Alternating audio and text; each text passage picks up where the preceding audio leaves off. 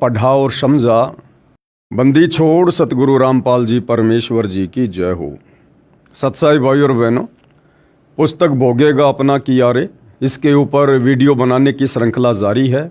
इस पुस्तक के माध्यम से हमने पढ़ा और समझा कि 2006 के करोथा कांड के समय जिन लोगों ने प्रत्यक्ष रूप से या अप्रत्यक्ष रूप से सतगुरु रामपाल जी के ऊपर या उनके भक्तों के ऊपर जो भी झूठे मुकदमे लगवाए, गवाहियाँ दी, या करोथा कांड के समय आश्रम पर हमला करने में प्रत्यक्ष या अप्रत्यक्ष रूप से जैसी भी भूमिका निभाई, आगे चलकर उनको क्या कर्म फल भोगना पड़ा। किसी का बेटा मरा, किसी की बेटी मरी, कोई खुद तड़फ तड़फ के मरा, किसी का पूरा परिवार ही सर्वनाश को प्राप्त हो गया। क्योंकि परमात्मा जी के विधान में लिखा हुआ है कि कबीर मेरे भगत को दुख ना दीजिए कोई, संत दुखाए मैं दुखी मेरा आपा भी दुखी होए। आत्मा दुखी तो परमात्मा दुखी। इसी कड़ी में भाइयों और बहनों हम आगे बढ़ें। ये पुस्तक भोगेगा अपना किया रे हमें और करोथा कांड के विषय में क्या क्या जानकारी दे रही है, जिससे हमें कुछ शिक्षा मिल सके, हम भी भविष्य में संभल कर चल सकें। तो पुस्तक को हम आगे पढ़ें उससे पहले गुरुदेव भगवान का जयकारा लगाएंगे। बंदी छोड़ सतगुरु रामपाल जी परमेश्वर जी की जय हो। परमपिता परमात्मा सारी सरस्ती के रचनहार, कुल मालिक, असंख्य ब्रह्मांडों के स्वामी, जगत गुरु, तीनों लोकों में प्रवेश करके सबका धारण पोषण करने वाले राजाधिराज, आत्माधार, नाथों के नाथ, देवों के देव महादेव, सर्वेश्वर महेश्वर, मृत्युंजय, अजरो अमर, आदि अनादि सनातनी प्रभु, जगत पिता जगदीश्वर, श्री श्री 1008 की उपाधि के वास्तविक अधिकारी, अकाल मूरत सौद स्वरूपी राम वासुदेव सर्वगतम ब्रह्म, परम पूज्य प्रथम पूज्य परम संत परम पुरुष परम धनी परम दयालु, सत्य कबीर हक्का कबीर, अल्लाहु कबीर, अल्लाहु अकबर, बाखबर, अल्लाह ताला, जगत के तारणहार, जगत के मुक्तिदाता, जगत के जगन्नाथ, हारे के सहारे, हिंदुओं के राम, मुसलमानों के अल्लाह, सिखों के वाहिगुरु, ईसाइयों के मसीह, दया के सागर दयानिधि, करुणा के सागर करुणानिधि, स्वयंभू परिभू, संकट मोचन, कष्ट हरण, मंगल करण, दुख भंजन, अविगत कबीर, निर्विकार निर्विषम परमात्मा, अलय अलेख सतगुरु, आदि अनादि सतगुरु, असली मर्यादा पुरुषोत्तम, असली राम, असली कृष्ण, असली घनश्याम, असली मुरारी, राजाओं के राजा, महाराजाओं के महाराजा, शहनशाहों के शहनशाह, सम्राटों के सम्राट, भगवानों के भगवान, अल्लाहों के अल्लाह, प्रभुओं के प्रभु, मसीहाओं के मसीह, सच्चे वाहिगुरु, बाबाओं के बाबा, पीरों के पीर, सेठों के सेठ, जगत सेठ, सावड़सा सेठ, सर्वगुण संपन्न, अनंत कोटि कलाओं के स्वामी, अनंत कोटि ब्रह्मांडों के नायक, योगियों में महायोगी, ध्यानियों में महाध्यानी, सिद्धों में परम सिद्ध, ज्ञानियों में तत्वज्ञानी, ब्रह्मज्ञानी, महाज्ञानी, परम ज्ञानी, सर्वश्रेष्ठ ज्ञानी, विज्ञानी, युवा कबीर, समर्थ कबीर, असमवात, अमित ओझा, सच्चे रहनुमा, करीम अल्लाह, सुभान अल्लाह, दुनिया के अंतिम पैगंबर, 8 सितंबर 1951 से गांव धनाना, जिला सोनीपत, हरियाणा, भारतवर्ष की पावन भूमि पे प्रकट रियल कल्कि भगवान, श्री नारायण साकार हरि, श्री बाबा साहेब, नूर अनंत परमात्मा, सच्चे दरवेश, सच्चे बाखबर, संत श्रोमणी सतगुरु रामपाल जी परमेश्वर जी के चरण कमल में साध संगति से जुड़े हुए देश विदेश से आप और हम सभी सत्सेवक भाई बहनों का अनंत कोटि दंडवत प्रणाम। तो भाई और बहनों, अब हम आगे बढ़ते हैं इस पुस्तक पर जिसका नाम है भोगेगा अपना किया रे। अर्थात जैसा कर्म प्राणी करता है उसका फल आगे चलकर उसे इस जन्म में या अगले जन्म में या अन्य किसी योनि में उसे अवश्य भोगना पड़ता है। ये परमात्मा का अटल विधान है। इसी कड़ी में भाई और बहनों, संत गरीबदास जी को भी एक बार कुछ लोगों के द्वारा बेवजह परेशान किया गया था, उन्हें दुखी किया गया था, उनको यातना दी गई थी। संत गरीबदास जी ने तो उनको कुछ भी नहीं कहा, परंतु आगे चलकर उस कर्म का भोग किस प्रकार से उन व्यक्तियों को प्राप्त हुआ। संत गरीबदास जी को सताने का फल। संत गरीबदास जी गांव छुडानी, जिला झज्जर, प्रांत हरियाणा में हुए हैं। इनका मूल गांव करौथा था। इनके पिताजी का विवाह छुडानी गांव में हुआ था। इनके नाना जी को पुत्र नहीं था। इस कारण से गरीबदास जी के पिता बलराम जी छुडानी रहा करते थे। यानी गरीबदास जी के पिताजी अपने ससुराल में घर जमाई रहा करते थे और वहीं गरीबदास जी का जन्म हुआ था। गांव बाजिदपुर का एक तोखराम नाम का भगत संत गरीबदास जी का शिष्य था। भगत तोखराम की प्रार्थना पर आप जी गांव बाजिदपुर दिल्ली में कुछ दिन रहे। उस भगत की बहुत ज़मीन थी, बाजरा बो रखा था। टिड्डी छोटे छोटे पक्षियों जैसी होती है। उसने गांव बाजिदपुर तथा आसपास के गांव की बाजरे की फसल नष्ट कर दी। केवल उस तोखराम भगत की बाजरे की फसल सुरक्षित रही, क्योंकि वो परमात्मा का भगत था। गांव के व्यक्तियों को पता चला कि संत गरीबदास जी के कारण ही इस भगत को हानि नहीं हुई। पूरे गांव के व्यक्ति संत गरीबदास जी के शिष्य बन गए। आज भी गांव बाजिदपुर दिल्ली में संत गरीबदास जी के नाम से आश्रम बना है। जब बाजरे की फसल पकी तो संत गरीबदास जी ने आदेश दिया कि सारे गांव को बाजरा बांट दें। उस समय कुल 40-50 घर ही एक गांव में होते थे। ऐसा ही किया गया। कुछ बाजरा 10-12 बोरी बैलगाड़ी में डालकर गांव छुडानी के लिए भगत तोखराम लेकर चला गया। संत गरीबदास जी भी 250 बीघा यानी 1400 एकड़ ज़मीन के वारिस थे। संत जी ने मना किया था कि परमात्मा की कृपा से वहाँ कोई कमी नहीं है। फिर भी भगत ने आग्रह किया कि दूर देश से भगत सत्संग सुनने आते हैं, मुझदास का भी पुण्य लग जाएगा। वैसे भी ये बाजरा आप जी की कृपा से ही तो आपके दास को मिला है।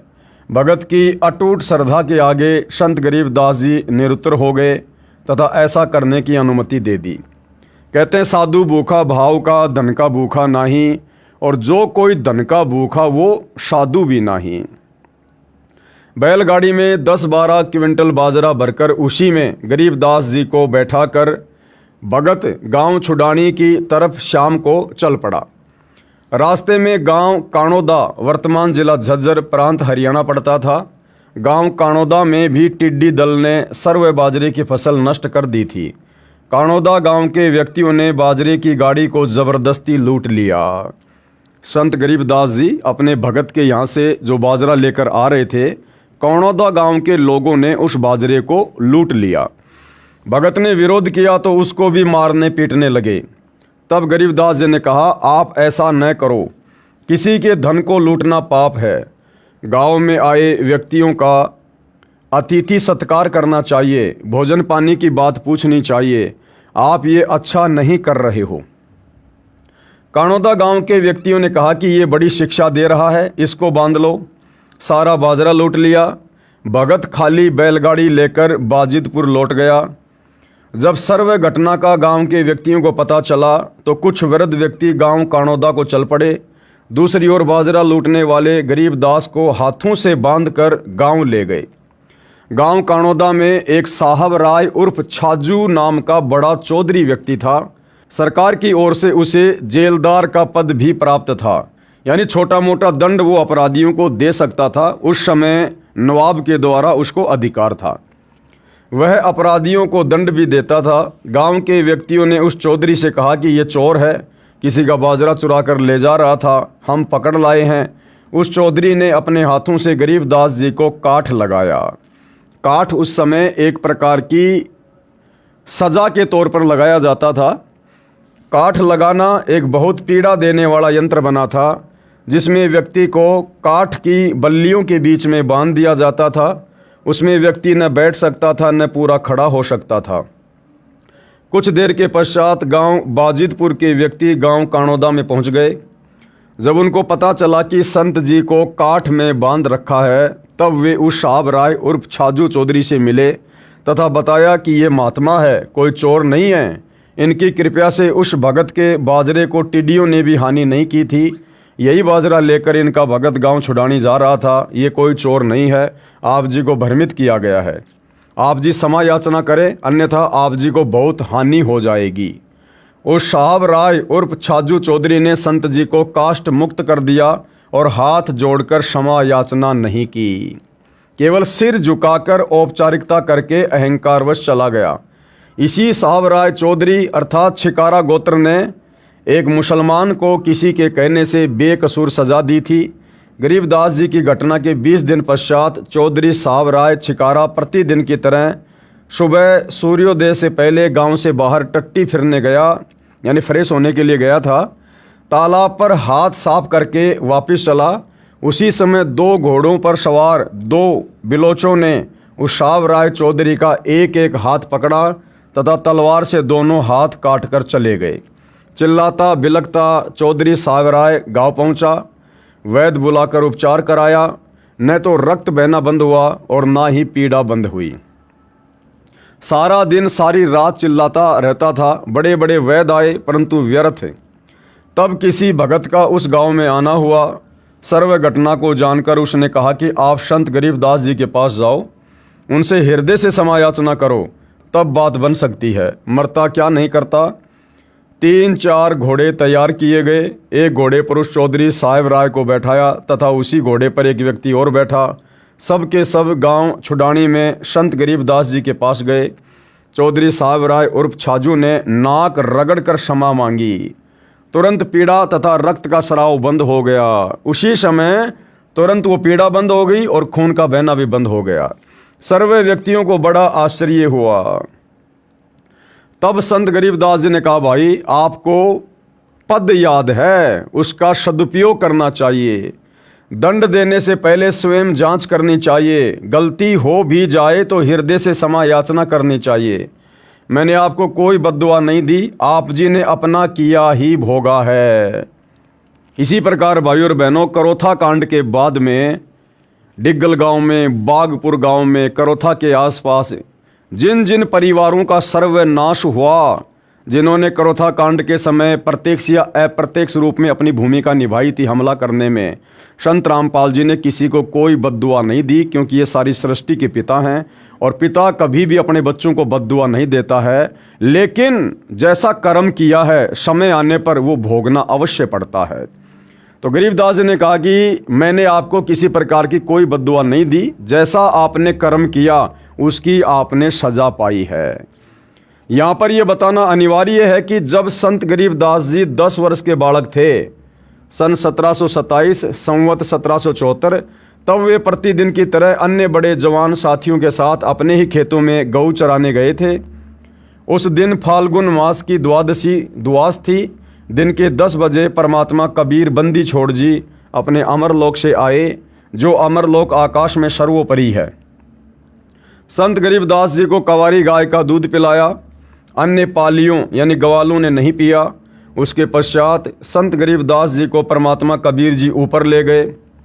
ऊपर विष्णु जी का लोक, शिव जी का लोक, ब्रह्मा जी का लोक तथा सर्व लोक दिखाकर अपने अमर लोक ले गए, यानी सतलोक ले गए।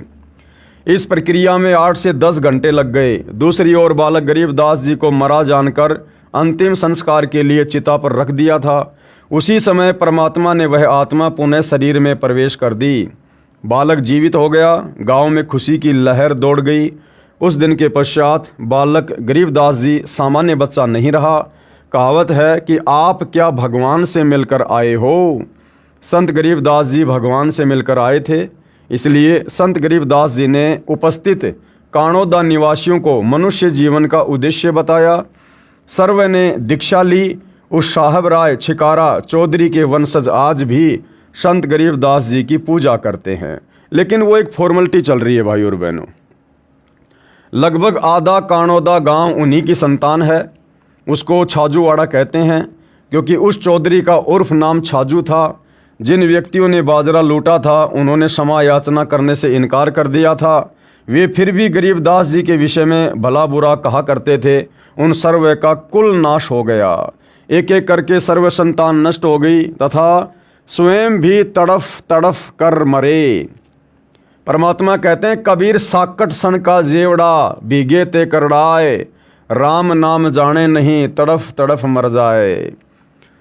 सन होता है भाइयों और बहनों, किसान जो है अपने खेत में पैदा करते हैं, तो सन के पौधे के ऊपर जब उसको पानी के अंदर काफ़ी दिनों तक डाल के रखा जाता है तो उस क्षण के पौधे के ऊपर की जो खाल होती है उसको उतार कर और उसकी रस्सी बनाई जाती है, देसी भाषा में जिसको जेवड़ा कहते हैं, जेवड़ा।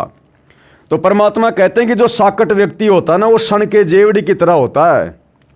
उसको पानी में भिगो दोगे तो भी वो बिल्कुल ऐसा रहेगा, टाइट टाइट, उसकी जो अकड़ है वो कम नहीं होती।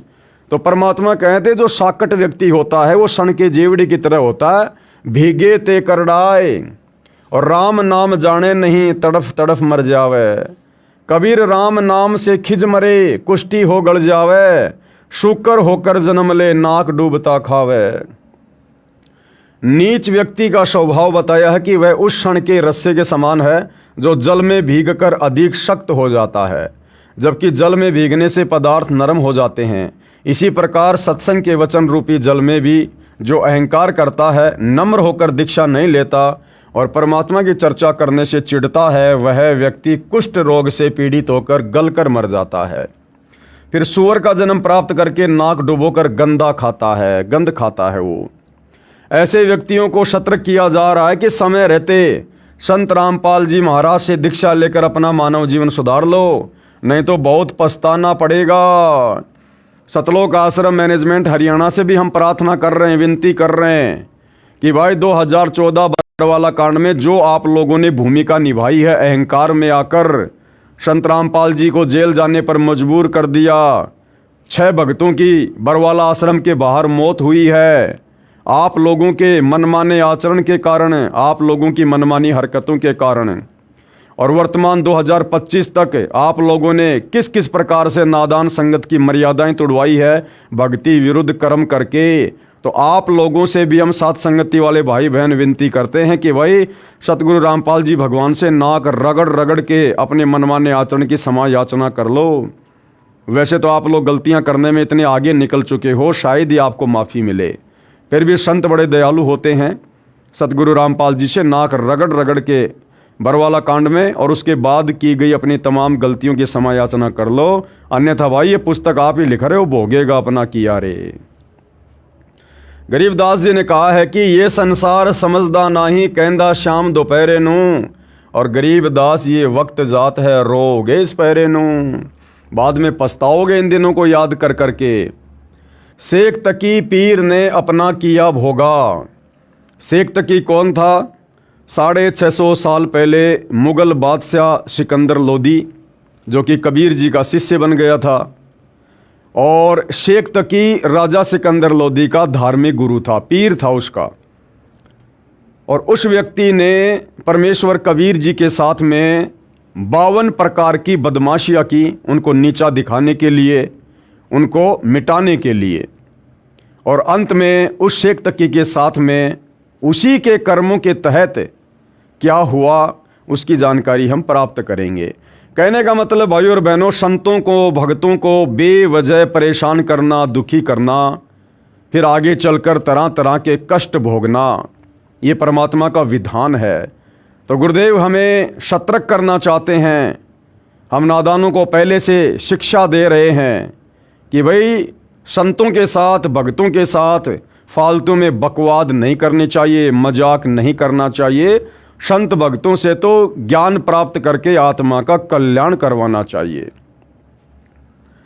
दिल्ली का सम्राट सिकंदर लोदी था, उसको जलन का असाध्य रोग हो गया था। उस राजा का धार्मिक गुरु यानी पीर शेख तकी था, जो भारत के मुसलमानों का प्रधान था। सिकंदर राजा का जलन का रोग किसी भी औषधि से ठीक नहीं हुआ, न किसी हिंदू मुसलमान धर्म की साधनाओं से हुआ। किसी भगत के बताने पर सिकंदर लोदी राजा परमात्मा कबीर जी के पास काशी नगर बनारस गया। परमात्मा कबीर जी के आशीर्वाद मात्र से स्वस्थ हो गया। किसी बात से नाराज होकर सिकंदर लोदी दिल्ली के सम्राट ने स्वामी रामानंद जी की तलवार से गर्दन काट दी थी। उसी समय परमेश्वर कबीर जी वहाँ स्वामी रामानंद जी के आश्रम में प्रतिदिन की तरह आरती करने चले गए। स्वामी रामानंद जी पंडित थे, परमेश्वर कबीर जी ने उनको गुरु धारण कर रखा था। सिकंदर लोदी तथा काशी नरेश वीर देव सिंह बघेल की उपस्थिति में स्वामी रामानंद जी को परमेश्वर कबीर जी ने जीवित कर दिया। सिकंदर लोदी का अधिक रुझान परमात्मा कबीर जी की तरफ हो गया जो पूर्व गुरु शेख तकी को रास नहीं आया, जिस कारण से ईर्ष्यावश कबीर जी को नीचा दिखाने की योजना बनाने लगा, कहीं राजा मुझे त्याग ना दे। इसी योजनावश किसी मुर्दे बालक को जीवित करने की शर्त रखी, जो शवजनों द्वारा अंतिम संस्कार करके दरिया में परवाह कर दिया गया था, जो 12-13 वर्ष की आयु का था। परमात्मा कबीर जी ने हजारों सैनिकों तथा राजा सिकंदर की उपस्थिति में उस बालक को जीवित कर दिया। फिर भी शेख तकी साकट नहीं माना।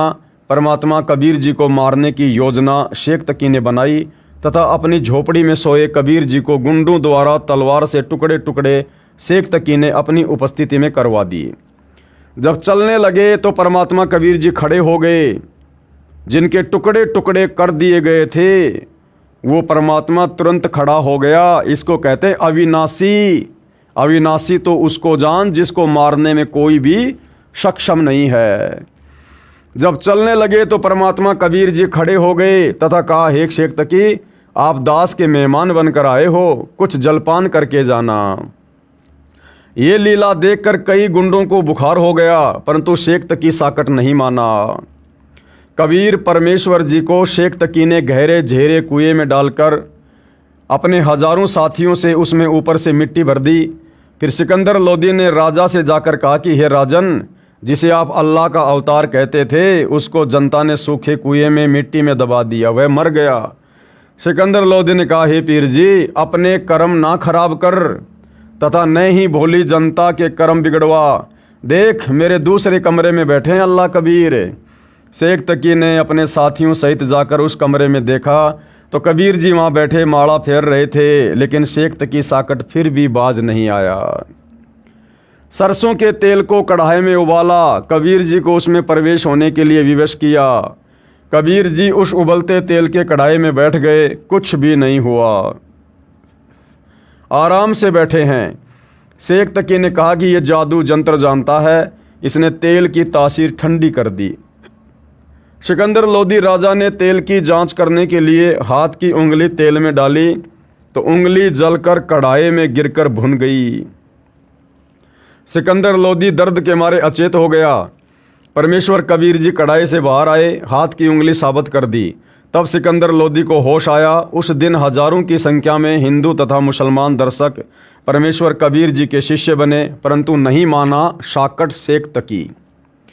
शेख तकी की लड़की की मृत्यु के पश्चात जमीन में कब्र बनाकर दबा रखी थी। शेख तकी की शर्त पर परमात्मा कबीर जी ने उस लड़की को कब्र से निकलवा कर जीवित कर दिया। उस लड़की ने 1.5 घंटे तक उपस्थित दर्शकों को बताया कि ये अल्लाह कबीर है, पूर्ण ब्रह्म परमात्मा है। उपस्थित हजारों दर्शकों ने कबीर जी से दीक्षा ली, परंतु नहीं माना साकट शेख तकी। परमेश्वर कबीर जी दोनों धर्मों के व्यक्तियों को समझाया करते थे कि आपके धर्मगुरु परमात्मा प्राप्ति के यथार्थ ज्ञान से खाली हैं और मेरे पास वह सत्य भक्ति है जिससे आप यहाँ भी सुखी तथा परलोक में भी सुखी हो जाओगे। आप एक परमात्मा के बच्चे हो, जिस कारण से दोनों धर्मों हिंदू तथा मुसलमान के धर्मगुरु अपने धर्म की जनता को भ्रमित करते थे तथा परमात्मा कबीर जी में बहुत सारे दोष निकालकर जनता को दूर रखते थे। जब देखा कि परमेश्वर कबीर जी मारे से मर नहीं रहे, ना ज्ञान में हार रहे, तो एक योजना बनाई। भारतवर्ष में जितने भी हिंदू तथा मुसलमान गुरुओं के आश्रम थे, सबको झूठी चिट्ठी लिखकर भेज दी कि कबीर पुत्र नीरू शहर काशी में 3 दिन का भंडारा करेगा। प्रति भोजन के पश्चात प्रत्येक को 1 सोने की मोहर यानी 10 ग्राम सोना और एक दोहर। दोहर क्या होती थी? उस समय का सर्वश्रेष्ठ कंबल, वो भी देगा। 18 लाख महात्मा भगत भोजन भंडारा करने काशी नगर में आ गए, उस सोने की मोहर और दोहर के चक्कर में। परमेश्वर कबीर जी तथा अन्य रूप में एक केशव नाम का बंजारा यानी व्यापारी बनकर अपने शतलोक स्थान आकाश से 9 लाख बैलों के ऊपर आए। भक्तों ने थैलों में खाने का कुछ पका पकाया, कुछ कच्चा सामान लेकर काशी शहर में टेंट लगाकर उनमें सारा सामान रख दिया। शतलोक स्थान आकाश से ही लाखों भगत सेवा करने के लिए आए थे। भंडारा शुरू हुआ। यहाँ पर स्पष्ट करना उचित समझते हैं कि परमेश्वर कबीर जी का जन्म किसी माँ से नहीं हुआ था, क्योंकि परमेश्वर कबीर स्वयंभू हैं, परिभू हैं, सर्वेश्वर हैं, महेश्वर हैं। ना सतगुरु जननी जने जाके माना बाप, पिंड ब्रह्मंड से रहित है ना वहाँ तीनों ताप। परमात्मा कबीर जी का जन्म किसी माँ से नहीं हुआ था। विक्रमी संवत 1455 सन 1398 जेठ मास की पूर्णमासी को सुबह सूर्योदय से 1.5 घंटा पहले परमात्मा कबीर जी आकाश से सतलोक स्थान से सशरीर चलकर आए थे। एक शिशु रूप में काशी शहर के बाहर जंगल में लहर तारा नामक तालाब में कमल के फूल पर प्रकट हुए थे। इसके प्रत्यक्ष दृष्टा एक अष्टानंद ऋषि थे जो प्रतिदिन उसी तालाब पर स्नान करने जाया करते थे। कमल के फूल से नीरू नामक निसंतान जुलाहा शिशु रूपधारी परमेश्वर को अपनी पत्नी सहित घर ले गए। बालक का नाम कबीर रखा, इसलिए यहाँ पर नीरू पुत्र लिखा है। शेख तकी राजा सिकंदर को भी चिट्ठी देकर साथ ले आया। यानी पूरे भारतवर्ष में शेख तकी ने परमात्मा कबीर जी को नीचा दिखाने के लिए कि कबीर तो निर्धन है, जुलाहा है, खुद का परिवार भी बड़ी मुश्किल से चला रहा है। 18 लाख लोगों को, दुनिया भर के साधु संतों को जो काशी में इकट्ठा होंगे, उनको कैसे भोजन करवाएगा, कहाँ से उनको सोने की मोहर देगा, दोहर देगा। और जब इतने सारे लोग यहाँ इकट्ठे हो जाएंगे तो ये कबीर अवश्य काशी छोड़कर भाग जाएगा, अन्यथा लोग पीट पीट कर उसको मार देंगे। ऐसी योजना शेख तकी ने और अन्य लोगों ने मिलकर बनाई। परंतु भाई परमात्मा तो परमात्मा है जो तीनों लोकों में प्रवेश करके सबको भोजन पानी दे रहा है। 18 लाख लोग उसके लिए क्या हैं? उन 18 लाख लोगों को प्रतिदिन वो जहाँ भी खाना खा रहे थे वही परमात्मा तो दे रहा था। अब अगर एक जगह इकट्ठे होकर खा लेंगे तो कौन सी बड़ी बात है। लेकिन शेख तकी ईर्ष्यावश कबीर जी को एक सच्चा या कुछ अच्छा साधु भी नहीं मानता था। तो शेख तकी ने उस दिन राजा सिकंदर लोदी को भी साथ ले लिया और कहा कि आपके गुरुजी भंडारा कर रहे हैं कबीर, चलो साथ में। इसलिए कि वहाँ कबीर मिलेगा नहीं, दुनिया वहाँ पर गालियाँ निकाल रही होगी और राजा के दिल में कबीर जी के प्रति श्रद्धा कम हो जाएगी और तेरी चौधर बरकरार बनी रहेगी। ये सोचकर शेख तकी ने सिकंदर लोदी को भी साथ में ले लिया। शेख तकी राजा सिकंदर को भी चिट्ठी देकर साथ ले आया। उसने सोचा था कि कबीर शहर छोड़कर भाग गया होगा, परंतु वहाँ जाकर देखा तो कुछ और ही कमाल था। सिकंदर लोदी बड़ा खुश हुआ। परमात्मा कबीर जी दूसरे रूप में अपनी झोपड़ी में रविदास संत जी के साथ बैठे थे। परमेश्वर कबीर जी ने अपना दूसरा रूप बनाया केशव बंजारे का। 9 लाख बैलों के ऊपर पका पकाया भोजन लेकर, टेंट का सामान लेकर काशी में उतर आए और वहाँ तो उन्होंने रंग लगा दिए। रंग, दुनिया भोजन कर रही है, भंडारा कर रही है, आनंद ले रही है। राजा सिकंदर जी परमेश्वर कबीर जी को झोपड़ी से स्वयं हाथी पर बैठाकर उस भोजन भंडारे के स्थान पर लाए जहाँ पर आए अतिथि मन वांछित भोजन तथा मोहर दोहर लेकर कबीर जी के गुणगान कर रहे थे। 3 दिन तक भंडारा चला। परमात्मा कबीर जी ने अपने दूसरे रूप डबल रोल में केशव के साथ ज्ञान चर्चा की, लीला करके लगातार 24 घंटे यानी 8 पैर तक सत्संग किया। ज्ञान को सुनकर लगभग 15-16 लाख भक्तों तथा अन्य साधुओं ने नाम दीक्षा ली, परमेश्वर कबीर जी के शिष्य बने। इस प्रकार परमेश्वर कबीर जी के हिंदू तथा मुसलमान कुल 64 लाख शिष्य बने थे। कबीर जी सन 1398 से 1518 तक 120 वर्ष पृथ्वी पर लीला करके सशरीर शवधाम सतलोक चले गए थे। अंत में सिकंदर लोदी तथा शेख तकी की उपस्थिति में सारे बैल तथा बंजारे अंतर्ध्यान हो गए तथा परमात्मा कबीर जी का दूसरा स्वरूप केशव कबीर जी के शरीर में समा गया। शेख तकी साकट फिर भी नहीं माना, निंदा ही करता रहा। कहा कि इस कबीर ने ये क्या भंडारा लंगर किया है, हम अनेकों कर दें। इसने तो महोछा किया है। महोछा कहते हैं जवान मौत होने पर किसी गुरु के आदेश अनुसार क्रिया कराने को, जिसमें घर वाले दुखी मन से मजबूरी जानकर कुछ भोजन की व्यवस्था करते हैं। और जग जोनार उसे कहते हैं। जैसे किसी के घर विवाह के घने वर्षों उपरांत पुत्र प्राप्त होता था तो वे जग यानी यज्ञ अनुष्ठान करते थे, तो दिल खोलकर पैसा खर्च करते थे। परमेश्वर कबीर जी के उस भंडारे यानी लंगर के विषय में अच्छी आत्माएं तो कह रही थी कि जग जोनार यानी जीमणवार की है। ऐसी व्यवस्था, ऐसा मन भावन भोजन, मोहर दोहर का दान न कभी देखा न सुना। जय हो कबीर परमेश्वर की। दूसरी ओर हिंदू तथा मुसलमानों के धर्मगुरु जले भुने कह रहे थे कि कबीर जी ने तो मौछाशा किया है, खाक भंडारा है ये। इसके विषय में संत गरीबदास जी ने अपनी अमृतवाणी में कहा है कि गरीब कोई कहे जग जो नार करी है, कोई कहे महोछारे, बड़े बड़ाई करया करें गाड़ी काढ़े ओछारे। शेख तकी ने परमात्मा को नहीं पहचाना, काल का पक्का दूत साबित हुआ तथा अंत में ओछा शेख तकी गूंगा बहरा होकर टक्कर मार मार कर मौत को प्राप्त हुआ। अपना किया भोगा तथा नरक का भागी बना। जबकि भाइयों और बहनों, परमात्मा मौका देता है। शेख तकी को काफ़ी वर्षों तक परमात्मा जी ने मौका दिया। उसकी आंखों के सामने परमात्मा ने प्रत्यक्ष चमत्कार करके दिखाए, मुर्दों को जिंदा करके दिखाया। उसके बावजूद भी शेख तकी के अंदर से वो ईर्ष्या खत्म नहीं हुई और अंत में अपने किया का फल भोगा, अपने किए कर्मों का फल भोगा और मरने के बाद में नरक का भी भागी बना। महर्षि दयानंद का अज्ञान, आर्य समाज के प्रवर्तक महर्षि दयानंद का अज्ञान। महर्षि दयानंद का वेद विरुद्ध ज्ञान, शेष प्रश्न 3 से लगातार। महर्षि दयानंद जी सत्यार्थ प्रकाश के समोल्लास 7 पेज नंबर 162, समोल्लास 8 पेज नंबर 178, 179, समोल्लास नंबर 8 पेज नंबर 191 तथा समोल्लास 7 पेज नंबर 164 पर लिखते हैं कि परमात्मा जीव तथा प्रकृति रज सत तम अनादि है। भावार्थ है कि परमात्मा ने जीव तथा प्रकृति जो 3 गुणों रजगुण, सतगुण तथा तमगुण से मिलकर बनती है उसको उत्पन्न नहीं किया। ये भी परमात्मा की तरह स्वयंभू है, अर्थात भाई बहन सिद्ध कर दिए। शेख तकी कह रहा कि रजगुण, तमगुण, सतगुण ये स्वयंभू हैं, अपने आप प्रकट हुए हैं। पुस्तक ऋग्वेदादि भाष्य भूमिका नामक पुस्तक के पेज नंबर 117-118 में वेद मंत्र का अनुवाद करते समय खंडन किया है कि सृष्टि रचना से पहले केवल एक परमात्मा था। उस समय रज सत तम अर्थात 3 गुण नहीं थे, जिसको महर्षि दयानंद ने प्रकृति कहा है।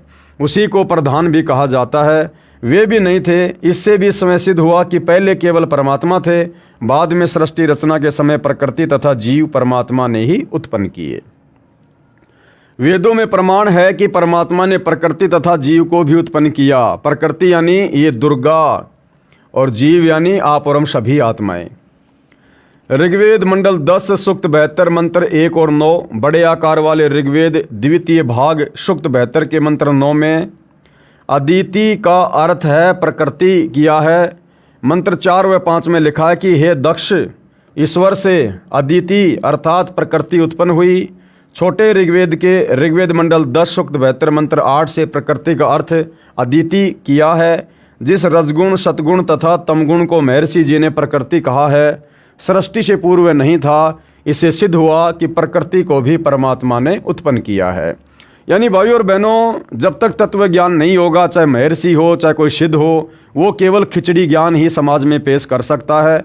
जब तक इंसान को सृष्टि रचना का यथार्थ ज्ञान नहीं होगा, वो ना तो स्वयं किसी धर्म ग्रंथ को समझ सकता है, ना किसी को समझा सकता है। तो यही स्थिति आर्य समाज के प्रवर्तक श्री दयानंद जी की थी। सामवेद मंत्र संख्या 527 में तथा ऋग्वेद मंडल 9 सूक्त 9 मंत्र 1 में स्पष्ट है कि परमात्मा ने जीव आत्मा को तथा प्रकृति को उत्पन्न किया है। लिखा है, जब ये सृष्टि उत्पन्न नहीं हुई थी, इससे यह भी सिद्ध है कि सृष्टि उत्पन्न हुई है तथा प्रारंभ हुई है। महर्षि दयानंद का सत्यार्थ प्रकाश वाला ज्ञान गलत सिद्ध हुआ, जिसमें कहा है कि जीव की उत्पत्ति नहीं हुई, सृष्टि का प्रारंभ नहीं हुआ। ये तो अनादिकाल से चली आ रही है। प्रकृति भी उत्पन्न नहीं हुई। जीव, प्रकृति तथा परमात्मा अनादि है। महर्षि दयानंद ने यह भी कहा है कि जीव की उत्पत्ति परमात्मा ने नहीं की। ये भी गलत सिद्ध हुआ, क्योंकि ऊपर वर्णित वेद मंत्रों में सिद्ध हो चुका है कि परमात्मा ने जीव तथा प्रकृति की भी उत्पत्ति की है। कहने का मतलब भाइयों और बहनों, श्री दयानंद सरस्वती जी ने जो ज्ञान अपनी पुस्तक सत्यार्थ प्रकाश में लिखा है, वो टोटली ज्ञान वेदों के विरुद्ध है। कारण क्या बताया गुरुदेव ने कि महर्षि दयानंद जी ने अपना अज्ञान सत्यार्थ प्रकाश पुस्तक के माध्यम से लिखकर जल्दबाजी में पहले ही समाज में प्रस्तुत कर दिया। बाद में उसने वेद पढ़े और जब उसने वेद पढ़े तो पता चला कि परमात्मा तो साकार है, दिखाई देता है, सतलोक में रहता है, राजा के समान है। बहुत सारी बातों का उसे पता चला। तो बाद में महर्षि दयानंद जी ने जानबूझकर काल प्रेरणा से सत्यार्थ प्रकाश में लिखे अपने अज्ञान को सत्य साबित करने की दृष्टि से वेदों के अर्थों का अनर्थ कर दिया, ये सोचकर कि किसे क्या पता चलेगा। अरे भैया, परमात्मा स्वयं आते हैं ये ज्ञान समझाने के लिए। उन्होंने काल तक की खाल उतार के रख दी। छोटे मोटे महर्षियों की क्या औकात जो छुपे रहेंगे। सत्यार्थ प्रकाश के पेज नंबर 191 समोल्लास 8 में महर्षि दयानंद जी ने कहा है कि सृष्टि का कभी आरंभ भी नहीं होता है, न अंत होता है, परवार रूप से अनादि है। फिर सत्यार्थ प्रकाश समोल्लास 8 पेज नंबर 190, 191, 177 तथा समोल्लास 4 पेज नंबर 76 के, समोल्लास 7 पेज नंबर 152 पर यजुर्वेद अध्याय 13 मंत्र 4 का अनुवाद करके खंडन किया है कि सृष्टि से पहले केवल एक परमात्मा था। इसका मतलब सृष्टि की भी उत्पत्ति हुई है, अर्थात परमात्मा ने सृष्टि की उत्पत्ति की है। लेकिन महर्षि दयानंद जी ऐसा नहीं मानते। इससे सिद्ध है कि सृष्टि प्रारंभ हुई है तथा उसके पश्चात परमात्मा के विधान अनुसार उत्पत्ति तथा प्रलय का क्रम प्रारंभ हुआ। सत्यार्थ प्रकाश के समोल्लास नंबर 9 पेज नंबर 203 पर महर्षि दयानंद जी ने कहा है कि मोक्ष प्राप्त प्राणी किसी लोक में स्थित होकर मोक्ष सुख को नहीं भोगता, अपितु विचरण करता है। फिर यजुर्वेद अध्याय 15 मंत्र 13, 14 में खंडन तथा सत्यार्थ प्रकाश के पेज नंबर 205, 206 समोल्लास 9 में खंडन किया है। ऋग्वेदादि भाष्य भूमिका पृष्ठ 195, 257 पर खंडन किया है। लिखा है कि मोक्ष प्राप्त प्राणी स्वर्ग लोक में स्थित होकर मोक्ष सुख का भोगता है। यानी खुद ही अपनी बात को महर्षि जी लिखते हैं और खुद ही फिर उसका खंडन कर देते हैं। महर्षि दयानंद जी कहते हैं कि सर्वप्रथम ब्रह्म ने 4 ऋषियों को वेदों का ज्ञान कराया। उससे पहले कोई वेदों को नहीं जानता था। ये भी कहा है कि सर्वप्रथम इन 4 ऋषियों को वेद ज्ञान इसलिए दिया क्योंकि ये ही सबसे पवित्र थे। सत्यार्थ प्रकाश के समोल्लास 7 पेज नंबर 172 से 176, जबकि यजुर्वेद अध्याय 12 मंत्र 4 में महर्षि दयानंद ने अनुवाद में लिखा है कि यजुर्वेद के मंत्रों को वामदेव ऋषि ने वेदों को पढ़ा तथा यथार्थ ज्ञान कराया। यदि वेद ज्ञान सर्वप्रथम 4 ऋषियों को प्राप्त हुए होते तो वेद में वामदेव ऋषि का नाम नहीं आता। अब वामदेव कौन थे भाइयों और बहनों? स्वयं कबीर परमात्मा ही जब सतयुग में सतसुकृत ऋषि के नाम से आए थे और जब वेदों का सत्य ज्ञान मनु आदि को बताया करते थे तो मनु ने तत्व ज्ञान के अभाव में और अहंकारवश ईर्ष्यावश इस ज्ञान को स्वीकार नहीं किया। काल प्रेरित होकर उन्होंने कबीर परमात्मा का नाम वामदेव रख दिया, यानी उल्टा ज्ञान देने वाला। इससे महर्षि दयानंद जी का सत्यार्थ प्रकाश वाला ज्ञान गलत सिद्ध हुआ। महर्षि दयानंद जी नहीं मानते कि शरीर में कमल चक्र भी हैं। जीवन चरित्र श्री मद दयानंद प्रकाश पेज नंबर 33-34, जबकि ऋग्वेद आदि भाष्य भूमिका पुस्तक के पेज नंबर 183, 185 व 186 में उपनिषदों के वाक्यों से स्वयं सिद्ध कर रहा है कि कमल चक्र हैं। ऋग्वेद मंडल 1 सूक्त 164 मंत्र 3 में प्रमाण है कि कमल चक्र हैं। यानी वेदों में जो बातें सत्य लिखी हैं महर्षि जी की सत्यार्थ प्रकाश में बिल्कुल वेदों के विपरीत लिखी गई हैं। महर्षि दयानंद का वह सिद्धांत भी गलत सिद्ध हुआ कि परमात्मा ने सर्वप्रथम 4 ऋषियों को वेद उनके हृदय में दिए, क्योंकि ऋग्वेद आदि भाष्य भूमिका पुस्तक के पेज नंबर 10-11 पर स्पष्ट है कि ब्रह्म ने अपने श्वासों से वेद उत्पन्न किए। वास्तविकता भी यही है। महर्षि दयानंद जी कहते हैं कि ईश्वर अर्थात ब्रह्म एक है, अनेक नहीं है। सत्यार्थ प्रकाश समोल्लास 1 पृष्ठ 15 पर कहा है कि सबसे बड़ा भगवान होने से ईश्वर का नाम ब्रह्म है। फिर 20 पर कहा कि ईश्वरेषु समर्थेषु परम श्रेष्ठ स परमेश्वर। ईश्वरों शब्द से ही स्पष्ट है कि ईश्वर अनेक हैं, अन्यथा ईश्वरों जो बहुवचन है प्रयोग नहीं करना था। सत्यार्थ प्रकाश समोल्लास 7 पेज नंबर 155 पर परब्रह्म से मेल कहा है। पृष्ठ 151 पर कहा है कि वेदों में कहीं भी अनेक ईश्वर नहीं लिखा है। यजुर्वेद अध्याय 40 मंत्र 17 में 2 परमात्मा सिद्ध हैं। ऋग्वेद मंडल 1 सूक्त 149 मंत्र 1, इनसे ईश्वर का, इनय यानी ईश्वर है, अर्थात ईश्वर का भी प्रभु, अर्थात 2 ईश्वर सिद्ध हुए। महर्षि दयानंद नहीं मानते कि नरक तथा स्वर्ग स्थान है। सत्यार्थ प्रकाश पृष्ठ 512 पर ऋग्वेद मंडल 7 सूक्त 86 मंत्र 1 में लिखा है कि परमात्मा नरक तथा स्वर्ग को 2 प्रकार से रचता है। यानी सत्यार्थ प्रकाश का टोटल ज्ञान वेदों के विरुद्ध। महर्षि दयानंद नहीं मानते कि भूत प्रेत होते हैं। गीता अध्याय 9 श्लोक 25 में प्रमाण है कि भूत पूजने वाले भूतों को प्राप्त होते हैं। महर्षि दयानंद जी नहीं मानते कि देव भी हैं। उनका मानना है कि वेदों में देवता शब्द से वायु, अग्नि, जल आदि का बोध मानते हैं। ऋग्वेद मंडल 10 सूक्त 66 मंत्र 14-15 में प्रमाण है कि देवों की स्तुति करने से वे धन देते हैं। महर्षि दयानंद जी का मानना है कि जन्म मृत्यु सदा बनी रहेगी। समोल्लास 9 पृष्ठ 205, 206, 207, 208 पर, जबकि ऋग्वेद सार्वदेशिक आर्य प्रतिनिधि सभा दिल्ली से प्रकाशित के मंडल 1 सूक्त 72 मंत्र 10 में स्वयं जन्म मरण रहित होने को प्राप्त विद्वान सत्यार्थ प्रकाश के समोल्लास 4 पृष्ठ 105 पर अक्षय मोक्ष का समर्थन है। विचार करें, कोई रोगी स्वस्थ होकर रोगी होना चाहेगा? कभी नहीं होना चाहेगा। श्रीमद् भगवद गीता अध्याय 15 मंत्र 4, अध्याय 8 मंत्र 20 से 22 में भी स्पष्ट है कि पूर्ण मोक्ष प्राप्त प्राणी का कभी जन्म नहीं होता। इसके बाद महर्षि दयानंद जी का भूगोल खगोल का ज्ञान। यानी भाई और बहनों, ना तो महर्षि दयानंद जी को शास्त्रों का ज्ञान था, ना वेदों का ज्ञान था, ना उनको कोई सामाजिक ज्ञान था। उनको खगोल भगोल का भी ज्ञान नहीं था, सौर मंडल का भी ज्ञान नहीं था उनको किसी भी प्रकार का। और कैसी कैसी ऊट पटांग बातें उन्होंने सत्यार्थ प्रकाश में लिख रखी हैं। महर्षि दयानंद जी ने सत्यार्थ प्रकाश समोल्लास 7 पेज नंबर 174 पर लिखा है कि जब तक इंग्लैंड का कोलंबस नामक व्यक्ति अमेरिका में नहीं गया था, तब तक वे भी करोड़ों वर्षों से मूर्ख थे। अब शिक्षा पाने से विद्वान हो गए। समोल्लास 10 प्रश्न नंबर 226, समोल्लास 11 पेज नंबर 235 पर खंडन है। लिखा है कि व्यास जी अपने पुत्र तथा शिष्य सुख सहित अमेरिका में निवास करते थे। वे सर्व शिक्षित थे। फिर सत्यार्थ प्रकाश समोल्लास 11 पेज नंबर 235 पर लिखा है कि सृष्टि प्रारंभ हुई तब से लेके 5000 वर्ष पूर्व तक आर्यों का सार्वभौम चक्रवर्ती राज्य रहा है। अमेरिका का बब्रुवाहन नामक राजा महाभारत युद्ध में आया था। दूसरी ओर कहा है कि जब तक कोलंबस अमेरिका नहीं गया वे मूर्ख थे। करोड़ों वर्षों से महाभारत युद्ध को तो 5600 वर्ष ही हुए हैं तथा व्यास जी भी महाभारत से पहले ही हुए हैं।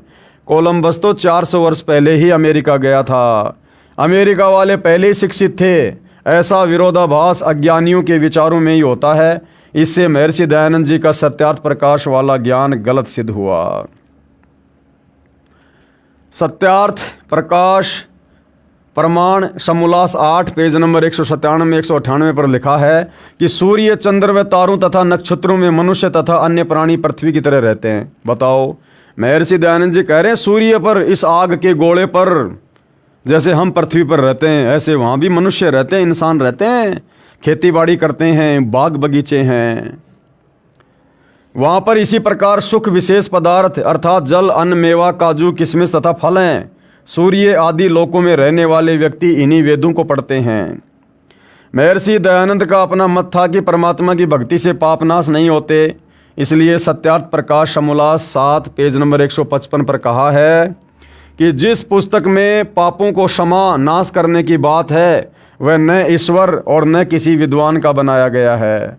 समोल्लास 14 पेज नंबर 473। जबकि यजुर्वेद अध्याय 8 मंत्र 13 में, ऋग्वेद मंडल 9 सूक्त 82 मंत्र 1 में परमात्मा पाप नाश करता है का प्रमाण है। महर्षि दयानंद जी के विधान अनुसार तो वेद भी मूर्ख के बनाए सिद्ध हुए, जबकि महर्षि दयानंद कहते हैं कि वे वेद के अतिरिक्त किसी की भी बात को सत्य नहीं मानते। सत्यार्थ प्रकाश समोल्लास 13 पेज नंबर 426 430 में महर्षि दयानंद जी ने तर्क दिया है कि ईसा ने यानी ईसा मसीह ने अपने माता पिता की सेवा नहीं की, जिस कारण से लंबी आयु नहीं पा सका। महर्षि दयानंद का कहना है कि ईसा को क्रश किया गया, कितने कष्ट से प्राणांत हुआ, इससे अच्छा तो फंद यानी फांसी लगाकर मर जाना चाहिए था। अब विचार करें भाइयों और बहनों, महर्षि दयानंद की आत्मकथा नामक पुस्तक पेज नंबर 8 पर महर्षि दयानंद ने स्वयं लिखा है कि वे अपने माता पिता की सेवा करने के विरोधी थे। उन्होंने भी अपने माता पिता की सेवा नहीं की। शायद इस पाप के परिणाम स्वरूप महर्षि दयानंद 59 वर्ष की आयु में असाध्य रोग से 1 महीने तक तड़फ तड़फ कर मरे। उनके माथे पर छाले, मुंह में छाले, जीभ पर छाले, सारे शरीर पर छाले तथा टट्टी पेशाब भी वस्त्रों में ही निकल जाता था। प्रमाण है पुस्तक श्री मद दयानंद प्रकाश पेज नंबर 437, 443, 444, 445, 446, 447 से। महर्षि दयानंद जी ने समोल्लास 3 पेज नंबर 44 पर कहा है कि जो व्यक्ति 48 वर्ष तक ब्रह्मचर्य का सेवन करता है वह 400 वर्षों तक जीवित रहता है। महर्षि दयानंद तो आमरण ब्रह्मचार्य का दावा करते थे कि मैं तो आजीवन ब्रह्मचार्य का पालन किया है मैंने।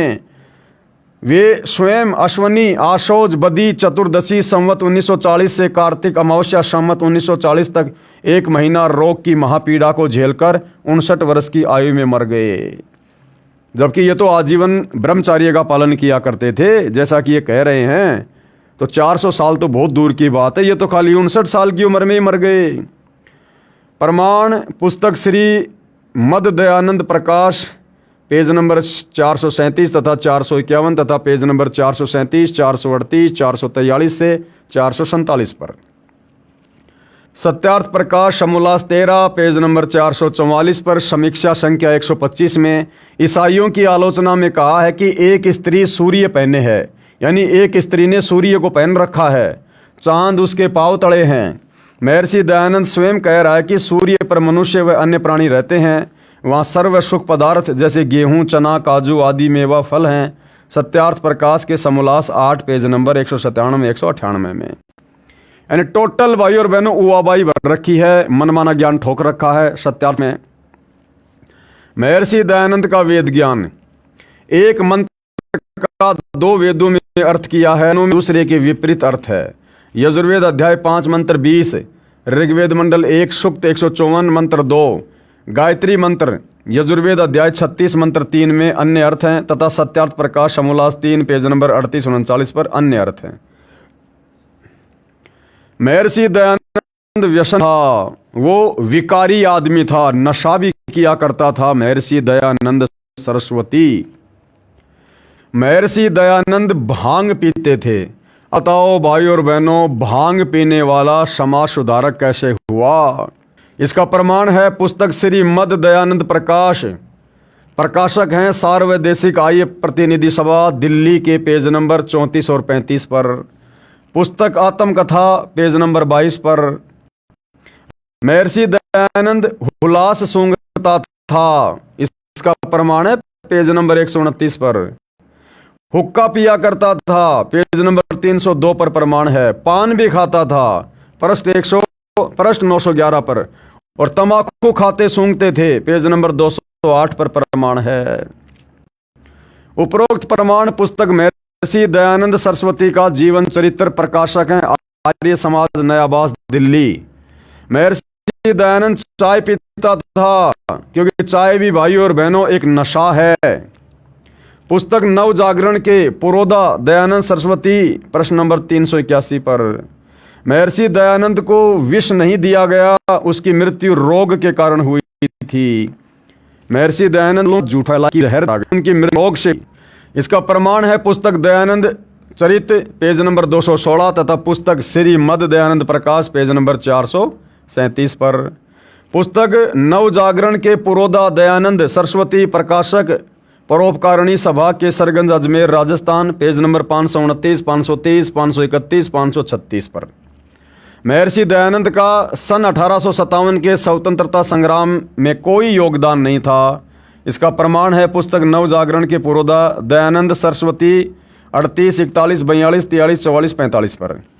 महर्षि दयानंद द्वारा अन्य महापुरुषों तथा धर्मों की मिथ्या आलोचना, बंदी छोड़ कबीर परमेश्वर जी के ज्ञान विचार। सत्यार्थ प्रकाश के समोल्लास 11 पेज नंबर 306 और 307 पर। सिख धर्म के प्रवर्तक नानक देव साहब जी की मिथ्या आलोचना तथा नानक देव जी को मूर्ख कहा गया है। महर्षि दयानंद जी की इस पुस्तक में श्री गुरु ग्रंथ साहिब जी को पुराणों तुल्य मिथ्या ज्ञान कहा है। सत्यार्थ प्रकाश समोल्लास 11 पेज नंबर 307 से 309। महर्षि दयानंद जी कहते हैं कि एक रामदास नाम के संत अनुसूचित जाति से संबंध रखते थे। महर्षि दयानंद ने उसको जाति का ढेड कह के संबोधित किया है। सत्यार्थ प्रकाश के समोल्लास 11 पेज नंबर 311 पर। महर्षि दयानंद जी ने ईसाइयों को मूर्ख, जंगली, दम्भी कहा है। सत्यार्थ प्रकाश समोल्लास 13 पेज नंबर 407, 410, 414, 417, 425, 419, 428, 437 पर मुसलमान धर्म के ऊपर अभद्र कटाक्ष किया है। सत्यार्थ प्रकाश के समोल्लास 14 पेज नंबर 450, 451, 506, 507, 476, 477, 480 पर 483, 485, 486, 489, 494 और 499 पर महर्षि दयानंद जी कहते थे कि परमात्मा रोग नाश नहीं करता। समोल्लास 14 पेज नंबर 488 पर, जबकि ऋग्वेद मंडल 10 सूक्त 161 मंत्र 2 में लिखा है परमात्मा अपने साधक का असाध्य रोग नाश करके 100 वर्ष की आयु प्रदान कर देता है। यानी भाइयों और बहनों, कितनी उआबाई, कितना झूठ महर्षि दयानंद ने अपनी सत्यार्थ प्रकाश में लिखा हुआ है, जिसको आर्य समाज शिरोधार्य मानता था, वेदों के अनुसार लिखी हुई पुस्तक मानता था। और इस अज्ञान को पढ़ते पढ़ते उनकी पीढ़ियां गुजर गई थी।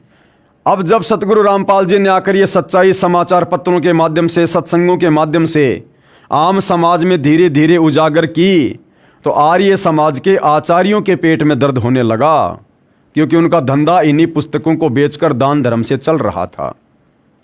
तो उन आचार्यों ने नादान जनता को संत रामपाल जी के खिलाफ भड़काना शुरू कर दिया। महर्षि दयानंद जी को यथार्थ आध्यात्मिक ज्ञान नहीं था। वे किसी मंत्र ओम नाम के जाप के पक्ष में नहीं थे। इसका प्रमाण कहाँ है? सत्यार्थ प्रकाश के समोल्लास 11 पेज नंबर 263, 264। जबकि यजुर्वेद अध्याय 40 मंत्र 15 के अनुवाद में महर्षि दयानंद ने स्पष्ट किया है कि जिस परमात्मा का नाम ओम है उसका सुमरण करें, न कि ओम मंत्र का। पुस्तक महर्षि दयानंद सरस्वती का जीवन चरित्र, प्रकाशक हैं आर्य समाज, नया आवास, दिल्ली। इसके पेज नंबर 62 पर एक पुजारी के द्वारा ये पूछने पर कि परमात्मा का कौन सा नाम जाप करें, उत्तर में महर्षि दयानंद ने कहा सच्चिदानंद, यही नाम जाप किया करो और नहीं।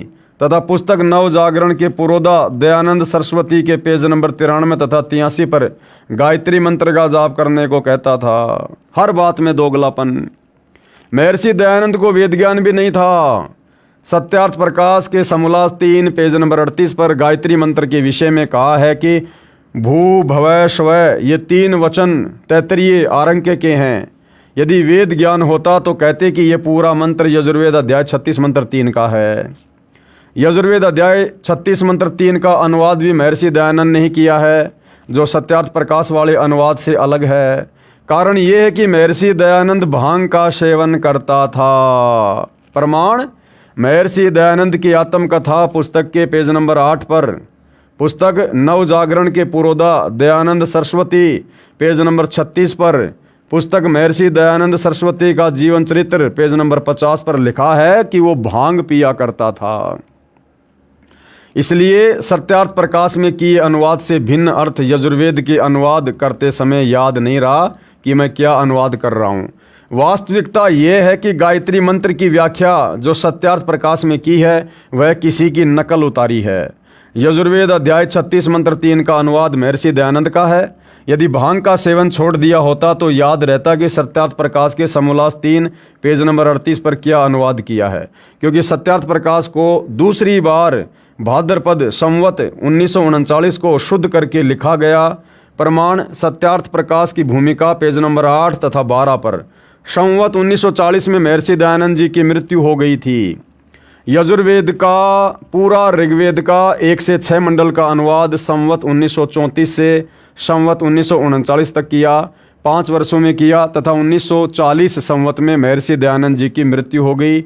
इससे यह सिद्ध हुआ कि सत्यार्थ प्रकाश का संशोधन व यजुर्वेद का अनुवाद साथ साथ किया गया तथा महर्षि दयानंद को ये ज्ञान नहीं कि जिसे गायत्री मंत्र कहा है उसका सत्यार्थ प्रकाश में क्या अर्थ है तथा वेद भाष्य में क्या किया गया है। इससे स्वयं सिद्ध है कि महर्षि दयानंद ने भांग पीना त्यागा नहीं। एक और प्रमाण है कि सत्यार्थ प्रकाश प्रमाण समोल्लास 8 पेज नंबर 197 198 पर लिखा है कि सूर्य पर मनुष्य रहते हैं, वहाँ पर सारी सुख विशेष पदार्थ हैं। काजू किशमिश ज्वार बाजरा गेहूँ तथा फल बाग बगीचे पृथ्वी की तरह सूर्य पर भी हैं। वहाँ अर्थात सूर्य पर रहने वाले व्यक्तियों द्वारा इन्हीं वेदों को पढ़ा जाता है।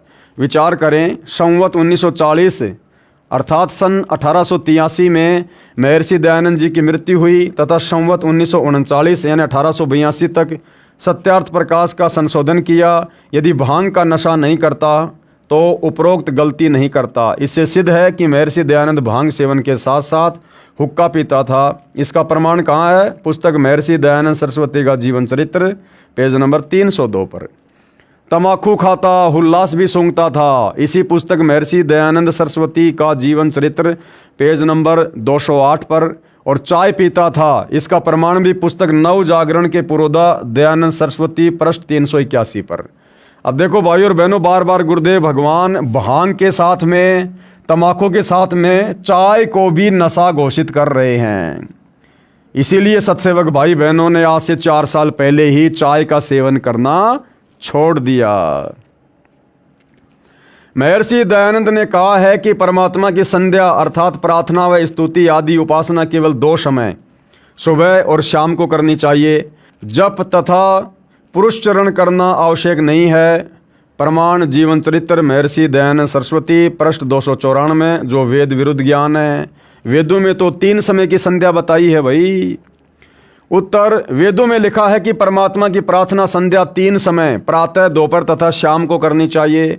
इसका प्रमाण ऋग्वेद मंडल 8 सूक्त 1 मंत्र 29 व ऋग्वेद मंडल 9 सूक्त 13 मंत्र 13 में तथा यजुर्वेद अध्याय 19 मंत्र 26 में प्रमाण है कि परमात्मा की उपासना स्तुति 3 समय करने को कहा है।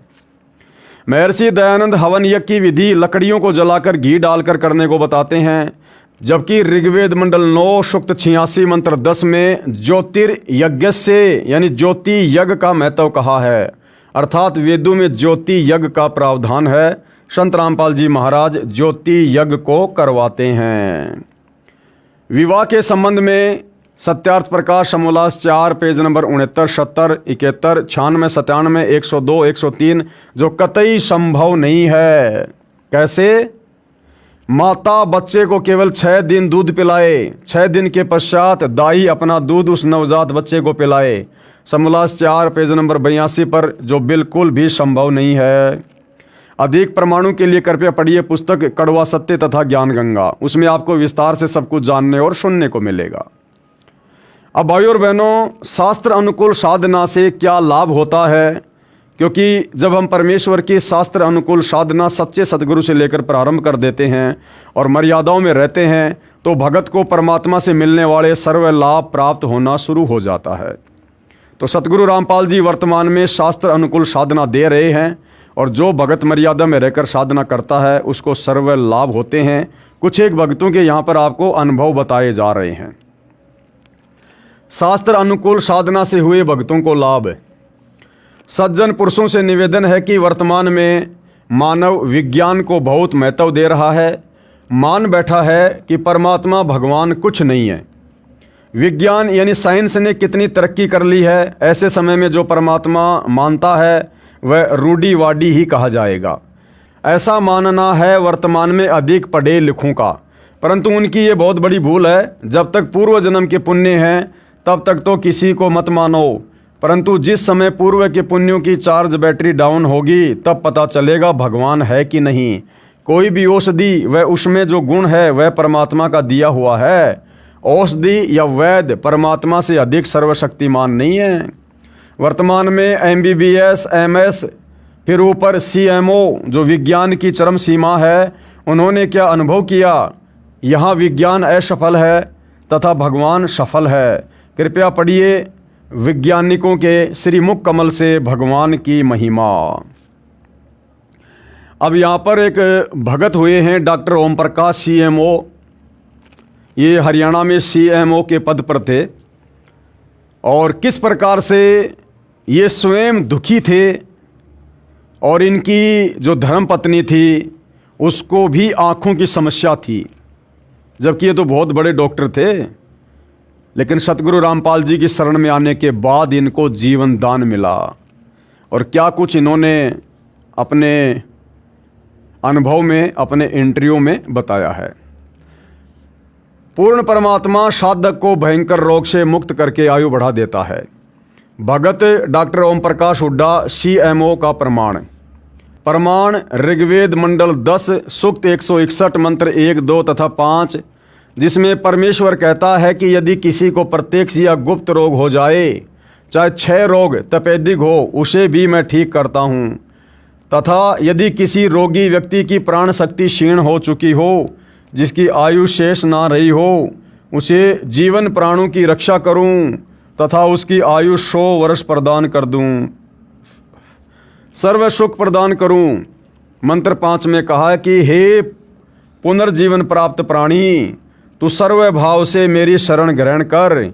यदि पाप कर्म दंड के कारण तेरी आंखें भी समाप्त होनी हो, तो मैं तुझे पुनः आजीवन आंखें दान करूं, तुझे रोग मुक्त करके सर्व अंग प्रदान करूं तथा तुझे प्राप्त हूं अर्थात मिलूं।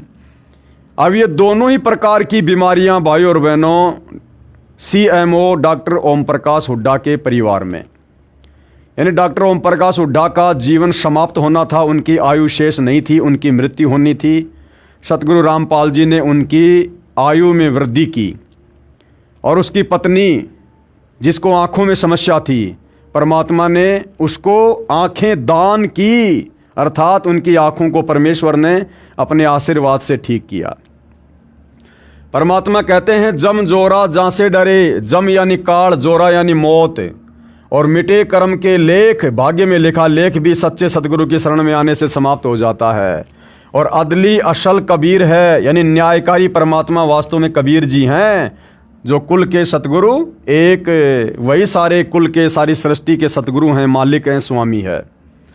उपरोक्त पंक्तियां मेरे जीवन में पूर्ण रूप से सत्य घटित हुई। मैं Bhagat doctor Om Prakash Hooda CMO MBBS MS eye specialist 18A circular road Rohtak में रहता हूं और मेरा मोबाइल नंबर 9813045050 है। भाई और बहनों, वर्तमान में ये नंबर हो सकता आपको ना मिले, क्योंकि 2014 बरवाला कांड के बाद जिस डॉक्टर ओम प्रकाश हुड्डा को परमात्मा ने शरण में लेकर जीवन दान दिया था, वो ओम प्रकाश हुड्डा 2014 बरवाला कांड के बाद सतलोक आश्रम मैनेजमेंट हरियाणा के कुकर्मों में शामिल था, अर्थात मर्यादा तोड़ चुका था, जिस कारण से डॉक्टर ओम प्रकाश हुड्डा की पुनः मृत्यु हो चुकी है। वो संसार छोड़कर जा चुके हैं, अतः फिलहाल आपकी उनसे बात नहीं हो पाएगी। क्योंकि परमात्मा ने किसी को एक बार जीवन दान दे दिया तो ये मतलब थोड़ी है कि बाकी वो बकवाद करेगा तो उसको परमात्मा ऐसे ही रखेगा। भैया, वो परमात्मा सत्य का साथी है। जिसकी उम्र परमात्मा एक बार बढ़ा देता है, उस भगत ने तो सोच समझ के कदम रखना चाहिए, फूक फूक के, कि नादान, अगर तेरे से दोबारा जरा भी गलती हुई तुझे परमात्मा माफ नहीं करेगा। तो डॉक्टर ओम प्रकाश हुड्डा की वर्तमान में मृत्यु हो चुकी है। मेरा जन्म 12 अप्रैल 1953 को गांव किलोई जिला रोहतक में हुआ। मेरी 5वीं से 12वीं कक्षा तक की पढ़ाई DAV स्कूल व DAV कॉलेज अमृतसर में हुई। अमृतसर में मेरे बड़े भाई लाइब्रेरियन के पद पर DAV स्कूल में कार्यरत थे। वहाँ के जानकार लोग उन्हें मास्टर जी तथा मुझे प्यार से छोटे मास्टर जी कहते थे। तो भाई और बहनों, छोटे मास्टर जी डॉक्टर ओम प्रकाश हुड्डा की आत्मकथा हम खुद उन्हीं की जुबानी वीडियो में सुनते हैं, उसके बाद फिर हम इस पुस्तक में आगे बढ़ेंगे। सुनिएगा। क्या नाम है जी आपका? सर, मेरा नाम ओम प्रकाश दास है। वैसे मुझे जो है सरकारी तौर पे जो नौकरी में मेरा नाम दर्ज है वो ओम प्रकाश हुड्डा के नाम से है, OP Hooda, doctor OP Hooda. तो डॉक्टर साहब, आप कहाँ कहाँ आपने नौकरी की? सर, मैंने जो है जब मेडिकल अफसर के तौर पे मैंने बुटाना नौकरी ज्वाइन की थी। उसके बाद मेरी पानीपत डिस्ट्रिक्ट में रहा 2-2.5 साल। उसके बाद मैं सोनीपत मेडिकल सुपरिटेंडेंट की पोस्ट पे आया और उसके सोनीपत से मैं यमुनानगर में CHC नाहरपुर है 4.5 साल वहाँ रहा। नाहरपुर से मेरी बदली जो है बिलासपुर जिला यमुनानगर में ही जो है बदली हुई। वहाँ से मैं CHC डीघल आया 2005 दिसंबर में और CHC डीगल से मेरी प्रमोशन हुई CMO झज्जर की जो है, और 2 साल 1 महीना में CMO झज्जर रहा। उसके बाद सर मेरी जो है वहाँ अपॉइंटमेंट हुई deputy director senior scale Panchkula, और पंचकुला के बाद मैं CMO सिरसा रहा 1 साल तकरीबन, और उसके बाद मेरी बदली हुई CMO हिसार के तौर पे, जहाँ से मैं 30 अप्रैल 2011 को CMO के पद से रिटायर हुआ हूँ। जी डॉक्टर साहब, संत रामपाल जी महाराज के शरण में कैसे आए? संत रामपाल जी महाराज की शरण में मैं ऐसे आया कि मेरी पोस्टिंग 1998-99 में कुरुक्षेत्र रही। तो और मेरी पत्नी जो है वो टीचर थी नर्सिंग कॉलेज में सोनीपत। तो एक दिन हमारे घर जो है किसी बच्ची का आना हुआ जो 12वीं क्लास में पढ़ती थी। तो बच्ची ने ये नानी जी को ये बताया कि नानी जी मैं सोमवार को आई तब भी आपका व्रत था, मंगलवार को आई तब भी आपका व्रत था, शुक्रवार को आई तब भी आपका व्रत था, तो मैं आपकी इतनी पूजा पाठ का एक कैप्सूल बना दूं, क्योंकि इतने व्रत उपवास आप रखोगे तो आप बहुत कमज़ोर हो जाओगे। तो मेरी धर्मपत्नी ने कहा कि बेटी बना देना। तो उस बिटिया ने कहा कि संत रामपाल जी महाराज का सत्संग हर तीसरे संडे को सोनीपत में होता है, और आपको इस संडे को, तीसरे संडे को मैं आपको लेके जाऊंगी। तो मेरी धर्मपत्नी ने पहले सत्संग में ही मालिक का नाम ले लिया और नाम लेकर कुरुक्षेत्र आ गई। कुरुक्षेत्र आने के बाद मुझे बताया तो मैं जो हूँ थोड़ा सा ये भौचक्का रह गया कि मेरे पूछे बगैर कैसे ले लिया। तो मैं राधा स्वामी डेरा सत्संग ब्यास में चला गया, और पीछे 2 घंटे बाद मेरी पत्नी वहाँ पहुँच गई। और उसके बाद जो है हम वहाँ का सत्संग सुना। तो सत्संग पहले भी सुने थे, लेकिन वहाँ मेन डेरे पे ये देखा कि कोई उनका जो प्रवर्तक है, गुरु है, वो सत्संग नहीं करता, वहाँ तो सीढ़ी चला दी जाती है। उसके बाद में हम वापस आ गए, और फिर मैंने संत रामपाल जी महाराज के हर तीसरे संडे को सत्संग सुने 5-6। और तब मेरी पत्नी ने, जब मैंने नाम नहीं लिया तो मेरे घर में जो है 3 दिन का गुरु ग्रंथ साहब का जो पाठ रखवा दिया, जो गरीबदास जी का ग्रंथ कहते हैं। तो कबीर परमेश्वर की वाणी है जो कि, तो उसमें तो संत रामपाल जी महाराज जो है 25 तारीख को भोग लगाने के लिए उस पाठ को आए, और मैंने 25 दिसंबर 1999 को संत रामपाल जी महाराज से जो है नाम दान लिया। उस दिन के बाद मालिक की दया है, मैं मालिक के चरणों में ही जो है लगा हुआ हूँ। डॉक्टर साहब, जो भक्ति आपके पूज्य गुरुदेव संत रामपाल जी महाराज ने दी है, उस भक्ति से आपको क्या लाभ मिला? सर जो मेरे पूज्य गुरुदेव संत रामपाल जी ने जो भक्ति दी है, उसके दौरान मालिक ने एक वाणी का उल्लेख करते थे कि जम जो राजा से डरे मिटे कर्म के लेख, अदली अदल कबीर हैं कुल के सतगुरु एक। तो मेरे जीवन के अंदर ये वाणी जो है बिल्कुल जो कि तो खरी उतरती है, क्योंकि मैं कलोई गांव में रोहतक ज़िला में पैदा हुआ था, और मेरी डेट ऑफ बर्थ 12/4/1953 है, और मैं 5वीं क्लास में अमृतसर चला गया था, और वहाँ पे पवित्र हरमंदिर साहिब के ही नकल पर जो है हिंदुओं का जो है दुर्गाना टेम्पल है। तो उस दुर्गाना टेम्पल में जो हूँ एक सेवक था, बहुत बूढ़ा व्यक्ति, वो ज्योतिषा काम भी करता था। तो उन्होंने मुझे कहा, मेरे बड़े भाई को जैसे जो है मास्टर जी कहते थे, तो मुझे छोटे मास्टर जी कहा करते थे कि छोटे मास्टर जी इधर आओ। तो उन्होंने मेरा हाथ दे कर के ये मुझे बताया कि काके बेटा आप जो है डॉक्टर बनोगे, और आपकी उम्र जो है 50 वर्ष है। तो मैं 50 वर्ष की आयु को जो है सुन करके, तो जब उनका भगत जी का संत जी का जो भी ज्योतिषी थे उनका हाव भाव देखा, तो वो एकदम से सहम गए कि बच्चे को आपने उम्र गलत बता दी, कि भाई ये ऐसा ना हो कि चिंता में पड़ जाए। तो उम्र तो उन्होंने ठीक बताई थी, लेकिन चिंता मगन ना हो जाए बच्चा, विचलित ना हो जाए। लेकिन मालिक की दया थी कि जो है मैं विचलित नहीं हुआ, और अपनी डॉक्टरी की पढ़ाई सुन कर के डॉक्टर बनोगे, तो अपनी पढ़ाई के अंदर ही मैं लीन हो गया और डॉक्टर ही बना। और जब मैं सर्विस में आया तो मुझे याद नहीं रहा, कार्ड के दबाव से जैसे पता लगा संत रामपाल जी की वाणी से कि हमारे ऊपर कार्ड का बहुत प्रेशर है, तो हमारी बुद्धि का कंट्रोल भी उसके हाथ में है। जब तक आप उसकी भक्ति या अन्य देव देवताओं की भक्ति करते हो, तो मुझे वो याद नहीं रहा कि तेरी उम्र 50 साल है। लेकिन जब मुझे जो है 10-11 अप्रैल की रात्रि को, और ये मेरे हाथों में दर्द होना शुरू हुआ, मेरी छाती में दर्द होना शुरू हुआ, तब मैंने अपने बच्चों को, पत्नी को कहा कि PGI रोहतक में चलते हैं, टेस्ट कराते हैं। तो वहाँ जा कर के देखा, एक जवान डॉक्टर था बहुत अच्छा, उसको मैंने अपना परिचय दिया कि मैं HMS 1 ए ग्रुप का आदमी हूँ, SMA हूँ, डॉक्टर OP हुड्डा हूँ, मेरे ये क्लास फेलो हैं, मेरे ये टीचर हैं, आपको किसी की चीज़ की आवश्यकता पड़े आप उसको बुला लेना। तो उसने मेरी स्थिति देख करके जो भी जो है दाएं बाएं टेलीफोन किए सीनियर व्यक्तियों को, तो उसके बाद जो है मुझे इस ICU में शिफ्ट करने लगे हो। तो मुझे पता लग गया कि जो है भाई मेरे को कोई बहुत गंभीर बीमारी है। लेकिन संत रामपाल जी महाराज ने बता रखा था सत्संगों के दौरान कि जब भी तुम्हारे ऊपर कोई विपत्ति आ जाए तो तुरंत आप उसी टाइम जो है, यदि प्रथम मंत्र मिला हुआ है तो प्रथम मंत्र, और दूसरी स्टेज का सतनाम मिला हुआ है तो सतनाम, और सार नाम मिला हुआ है तो सार नाम उच्चारण करना शुरू कर देना। तो मैंने परमात्मा की, संत रामपाल जी की कृपा से वैसा ही शुरू कर दिया था। और मुझे जो है ये ऐसा महसूस नहीं हो रहा था कि मैं वाकई में ही इतना गंभीर बीमार हूँ जो मुझे ICU में शिफ्ट किया जा रहा है। लेकिन जो है वहाँ पे 1.5-2 घंटे बाद जो है अचेतन अवस्था में मैं चला गया, और अचेतन अवस्था में बाहर तो डॉक्टर जो है, जैसे मुझे पता लग गया कि वो लिखा पढ़ी करवा रहे हैं कि बहुत अच्छा डॉक्टर था और ये बचा नहीं सकते हम, इसके जो है अंतिम समय लगभग नज़दीक आ गया है। तो बाहर तो फाइलों पे ऐसे जो लिखवा रहे थे, आपको कहीं ले जाना हो तो ले जाओ मेरी पत्नी को, मेरे बच्चों को, जो कि ये बात सुन करके वो रोने लग गए। और मैं अचेतन अवस्था में जो हूँ, मुझे देख रहा हूँ कि काल के दूत जो है मेरे को लेने मेरे निकट आ रहे हैं, और निकट आकर के मुझे कह रहे हैं कि आपका समय पूरा हो गया है, हम आपको लेने आए हैं। तो मैं उनसे कुछ कह पाता इससे पहले ही कबीर परमेश्वर ने मेरे सिर पे पंजा रख दिया, और जो है उनका चित्र मुझे प्रतिबिंब की तरह शीशे में जैसे नज़र आती है फ़ोटो, ऐसे नज़र आया। और इस क्षण भर में ही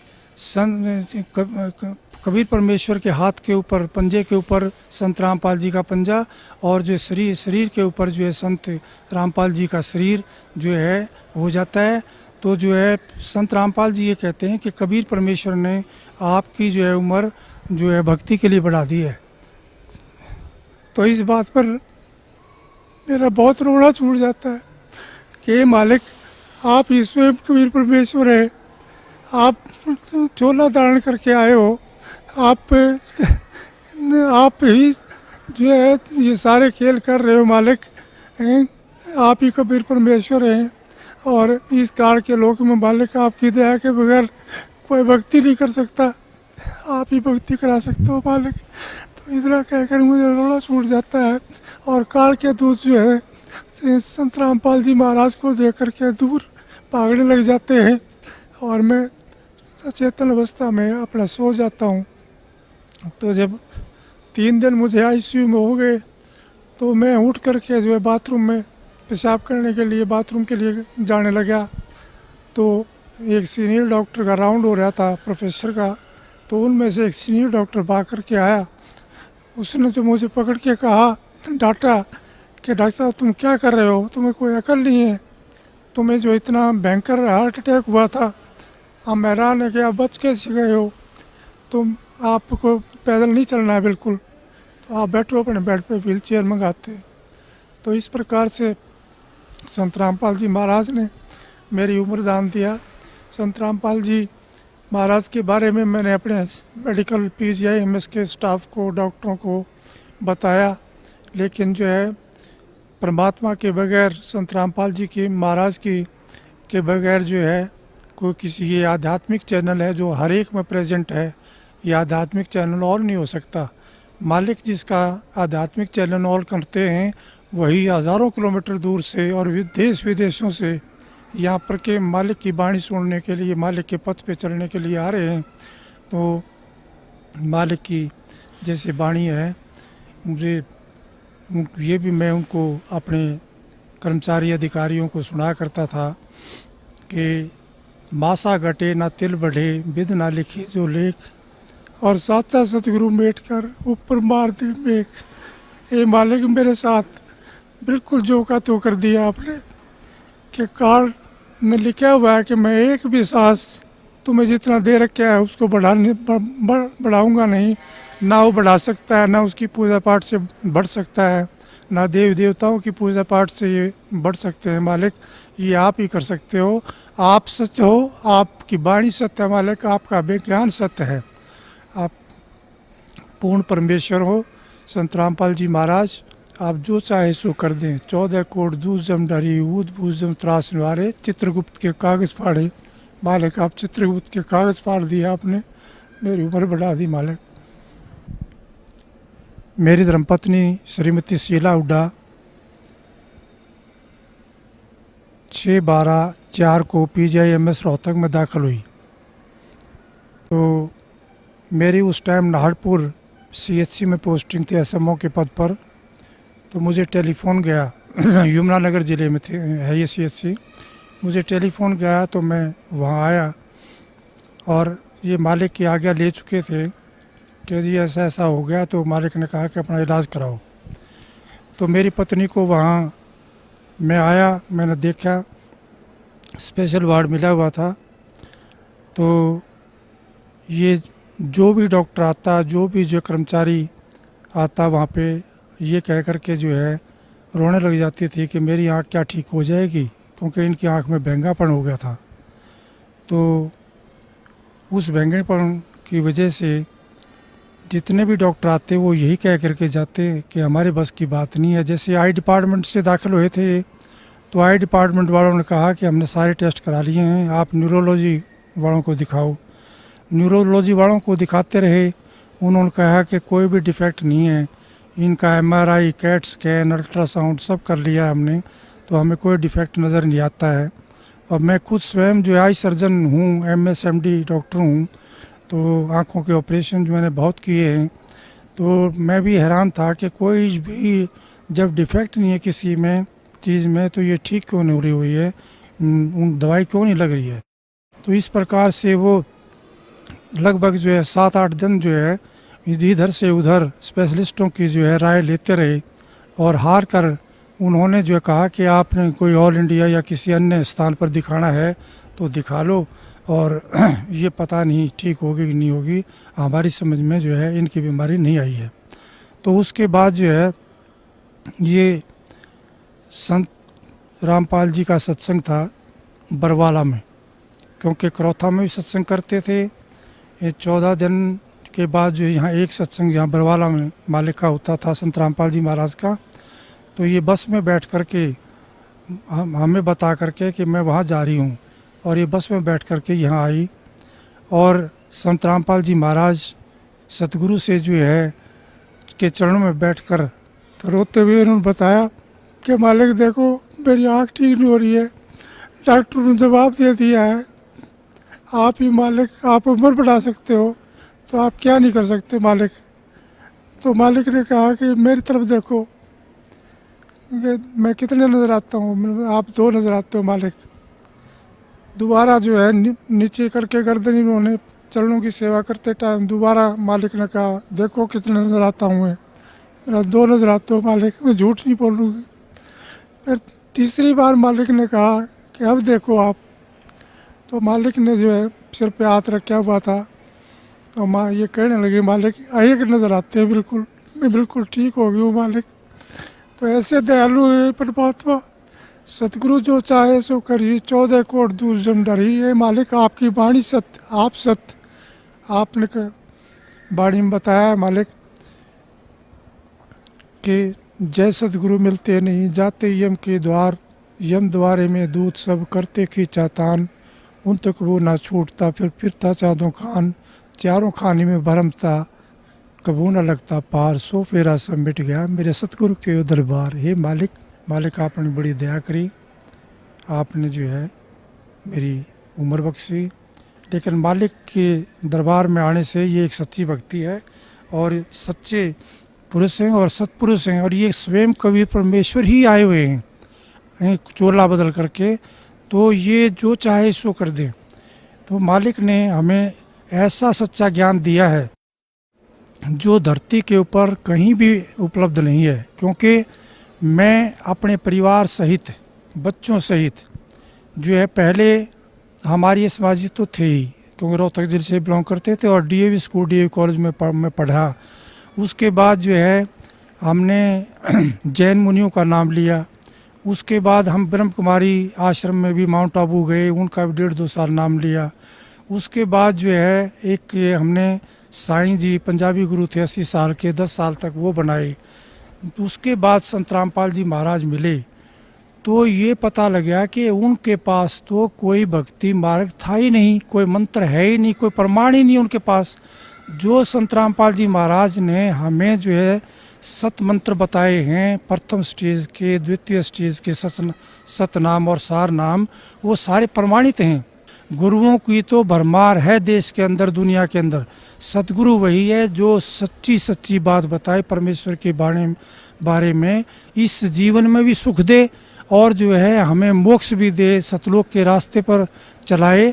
सतनाम दे करके, सारनाम दे करके, प्रथम मंत्र दे करके, ये मालिक बड़ी दया करी, मालिक बड़ी दया करी, रजा बख्शना मालिक। ऐसे ही इस काल के लोक में भक्ति एक पल भी नहीं कर सकता मालिक, आप ही करवा रहे हैं जो कुछ, आपकी ही दया है। संत रामपाल जी महाराज दया रखना मेरे ऊपर और मेरे परिवार के ऊपर मालिक। तो भाइयों और बहनों, आपने डॉक्टर ओम प्रकाश हुड्डा जी का इंटरव्यू सुना, किस प्रकार से वो तकलीफ में थे और उनका जीवन शेष नहीं था, हॉस्पिटल में एडमिट थे। उन्हें भी आभास हो गया था कि मेरा जीवन अब शेष नहीं है, लेकिन सतगुरु रामपाल जी के आशीर्वाद से उनको पुनर्जीवन मिला। और परमात्मा कहते कि मैं जिसको पुनर्जीवन देता हूँ तो कम से कम 100 वर्ष तक उसकी आयु को बढ़ाता हूँ, यदि वो मर्यादा में रहकर भक्ति करने का वादा करे तो वैसे तो डॉक्टर ओम प्रकाश हुड्डा जी ने, जो कि पुनर्जीवन प्राप्त थे, उनको 100 वर्ष तक जीना था, परंतु भाइयों और बहनों बीच में मर्यादा तोड़ दी, क्योंकि इन्होंने साध संगति का पता लगने के बाद भी सतलोक आश्रम मैनेजमेंट हरियाणा का साथ नहीं छोड़ा। और सतलोक आश्रम मैनेजमेंट हरियाणा, सतगुरु रामपाल जी का परिवार, ये तो भैया स्पेशल काल के द्वारा धरती पर भक्तों की मर्यादा तोड़वाने के लिए भेजे गए हैं। तो ओम प्रकाश हुड्डा जैसे हजारों भगत अपने जीवन से हाथ धो चुके हैं अभी तक। उसके बाद भाई और बहनों, इनकी पत्नी है भगतमती सुशीला की आंख ठीक करना। तो इनकी पत्नी जो सुशीला जी है, किस प्रकार से वो आंखों से परेशान थी, क्या उनको रोग था और किस प्रकार से वो सतगुरु रामपाल जी की शरण में आई और परमात्मा ने उसकी आंखों को स्वस्थ किया, हम उन्हीं की जुबानी इस इंटरव्यू में सुनते हैं। सुनिए। क्या नाम है माता जी आपका? मेरा सुशीला हुड्डा है, मैं मिसेज़ हुड्डा हूँ, डॉक्टर हुड्डा की पत्नी। मैंने संत रामपाल जी का नाम 1999 में लिया था और उसी समय से मैं मालिक को यूँ महसूस कर रही हूँ कि जैसे पर कहते हैं कि भी भगवान वो होता है जो अंधे को आँख दे, कोढ़न को काया, बाझन को पुत्र दे, निर्धन को माया। तो ये मालिक स्वयं कबीर साहब आए हुए हैं, इन्होंने मेरी फैमिली में ये प्रूव कर दिया कि हाँ, मैं पूर्ण परमात्मा वाले काम कर सकता हूँ, मैं समर्थ हूँ। डॉक्टर साहब को ज़िंदगी बख्शी, जबकि बचपन में बता दिया था कि 50 इयर्स इनकी एज है। उसके बाद सिवियर हार्ट अटैक हुआ और मालिक ने बचाया। इसी प्रकार 2004 में दिसंबर 6 को मेरी आँख जो एकदम टेढ़ी होगी और डिप्लोपिया हो गया, मीन्स डबल विज़न होगी। देखती थी इधर तो मतलब मुझे लगता था जैसे सब दो दो हैं। तो मैं बड़ा परेशान हुई। PGIMS रोहतक में एडमिट हुई। मैं 10 दिन एडमिट रही स्पेशल वार्ड में और मैं जितनी भी इंटर्न्स आती थी उनसे पूछती थी कि क्या इससे पहले कोई ऐसा केस आया है डिप्लोपिया का, क्या मैं ठीक हो जाऊंगी? तो वो कहती हाँ मैडम ठीक हो जाओगे, क्योंकि डॉक्टर्स का तो ये फ़र्ज होता है, साइकोलॉजिकली वो बूस्टअप करती पेशेंट को। लेकिन मुझे नहीं लग रहा था कि मैं ठीक होंगी। सारी इन्वेस्टिगेशंस हो चुकी हैं, न्यूरोलॉजिस्ट को भी दिखा लिया, आई स्पेशलिस्ट को भी दिखा लिया, मेडिसिन वालों को भी दिखा लिया, मेरी इन्वेस्टिगेशन सारी निल हैं और कैसे ठीक होगा। तो फिर 10वें दिन उन्होंने कहा कि आप छुट्टी ले जाओ, घर चले जाओ। फिर मैं यहाँ मालिक के पास आई तो मालिक को मैंने कहा हे बंदी छोड़, इससे अच्छा मेरी मुक्ति करो जब मुझे आपके दर्शन ही नहीं हो रहे मालिक, आप भी मुझे कई कई दिखाई दे रहे हो। तो परमात्मा ने मेरे सिर पे हाथ रखा और कहा इधर देखो। तो मैंने जैसे मालिक की तरफ देखा तो मैंने कहा इस पाक पवित्र स्थान पे खड़ी होकर मैं झूठ नहीं बोलूँगी, मुझे आप उतने ही दिख रहे हो, 3-4 ही।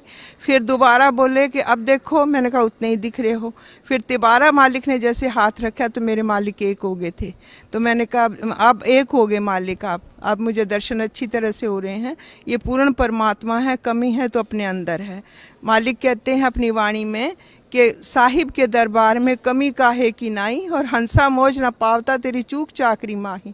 हमारी अंदर चूक है, जैसा परमात्मा कहते हैं इतना मंत्र करना चाहिए वो हम नहीं कर पाते, उनके नियमों पे हम खरे नहीं उतरते हैं, तो ये कमी हमारी है। मालिक पूर्ण है और पूर्ण परमात्मा है, और मैं इतनी भक्ति कर चुकी थी, टूट चुकी थी, मुझे भगवान की तलाश थी। अर्ली एज में मेरे पेरेंट्स की डेथ हुई तो मैं ये सोचती थी, मैंने नर्सिंग प्रोफेशन इसलिए ज्वाइन किया कि मैं किसी की डेथ नहीं होने दूंगी, मैं इतनी सेवा करूंगी कि किसी के माँ बाप ना मरे। और मेरे ब्रदर मेरे से अगेंस्ट हो गए थे, मेरे फादर सर छोटराम के पीए थे, तू लड़की हमारी बेइज्जती करवाएगी, हमारी नाक कटवाएगी, तू ऐसे प्रोफेशन, तू जो कुछ मर्जी कर ले, ये मत कर। मैंने कहा नहीं, मैंने यही करना है। तो मैं जहाँ भी जिस पेशेंट के पास भी खड़ी होती थी उसकी जी जान से सेवा करती थी, और किसी की डेथ भी हो जाती थी तो उनको रिलेटिव्स के साथ ही रोने लग जाती थी, ये सोच के कि ये क्या ज़िंदगी है, इंसान पैदा होता है मर जाता है, इतना अजीज़ होता है, इतना प्यारा होता है, वो अलग हो जाता है, तो कैसी ज़िंदगी है ये। तो मुझे नहीं पता था कि ये ऐसा भी परमात्मा है जो कि जीवन मरण को भी ख़त्म कर देगा। अब मुझे ये पता चला, परमात्मा कबीर साहब ही जो जन्म मरण को भी ख़त्म करते हैं, और ये वायदा भी करते हैं कि अमर करूँ सतलोक पठाऊँ, ताते बंदी छोड़ कहाऊँ। ये सच्चे पुरुष हैं, सच्चे परमात्मा हैं, सच्चे बंदी छोड़ है। अब मुझे ये सेटिस्फेक्शन होगी कि ये सुप्रीम पावर है, इससे आगे कोई भी पावर नहीं है। और इस परमात्मा का जो ज्ञान है, जब साइंस फेल हो जाती है तब ये शुरू होता है। ये प्रूव कर दिया परमात्मा ने हमारे ऊपर कि जब हम डॉक्टर्स ने जवाब दिया और उसके बाद परमात्मा ने ठीक कर दिया, सिर्फ आशीर्वाद दे के ही। तो ये पूर्ण परमात्मा हैं, हर हालत में 101% है। और अब ये विश्वास भी हो गया कि दोबारा इस जन्म मरण में हम नहीं आएंगे, हमारा मोक्ष भी पक्का होगा। तो भाई और बहनों, आप जी ने डॉक्टर सुशीला हुड्डा का भी इंटरव्यू सुन लिया है। उनको भी आँखों का एक भयंकर रोग था जिसमें कई वस्तुएं दिखाई दिया करती थी, और सतगुरु रामपाल जी ने ना कोई ऑपरेशन किया, ना कोई मेडिसिन दी, जबकि वो बहन पहले सारा सब कुछ उपचार करवा चुकी थी, परेशान हो चुकी थी, आँखों की समस्या समाप्त नहीं हो रही थी।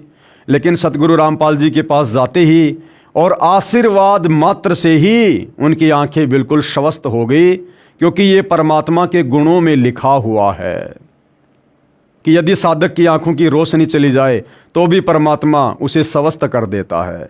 तो भाइयों और बहनों, सतगुरु रामपाल जी वर्तमान में स्वयं कबीर परमेश्वर हैं, पूर्ण ब्रह्म परमात्मा हैं, और इनके विषय में यदि आप अच्छे से जानना चाहते हो, इनको पहचानना चाहते हो, तो वैसे तो जीव की औकात नहीं है जो खुद के बलबूते पर संत की पहचान कर ले, लेकिन यदि उसकी नीयत अच्छी है और भक्ति यदि मर्यादा में रहकर करेगा तो परमात्मा उसको सद्बुद्धि देते हैं, और परमेश्वर स्वयं ही आशीर्वाद देकर अपनी पहचान करवाते हैं ताकि भगत दृढ़ होकर भक्ति मार्ग पर लगा रहे।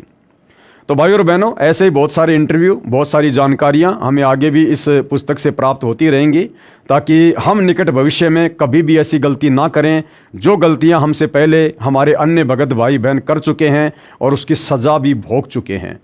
तो कोई भी पुस्तक पढ़ने से, सत्संग सुनने से हमें शिक्षा मिलती है, सावधानी प्राप्त होती है, ताकि हम निकट भविष्य में वो गलतियां ना करें और अपना जीवन मर्यादा में रहकर भक्ति करते हुए सफल बनाएं। तो भाइयों और बहनों, आज के इस वीडियो में केवल इतना ही। अगले पार्ट में कल मालिक के आशीर्वाद से फिर हाजिर होंगे। तब तक गुरुदेव भगवान हम सबको आज्ञा दे, आशीर्वाद दे, सद्बुद्धि दे। बंदी छोड़ सतगुरु रामपाल जी भगवान की जय हो।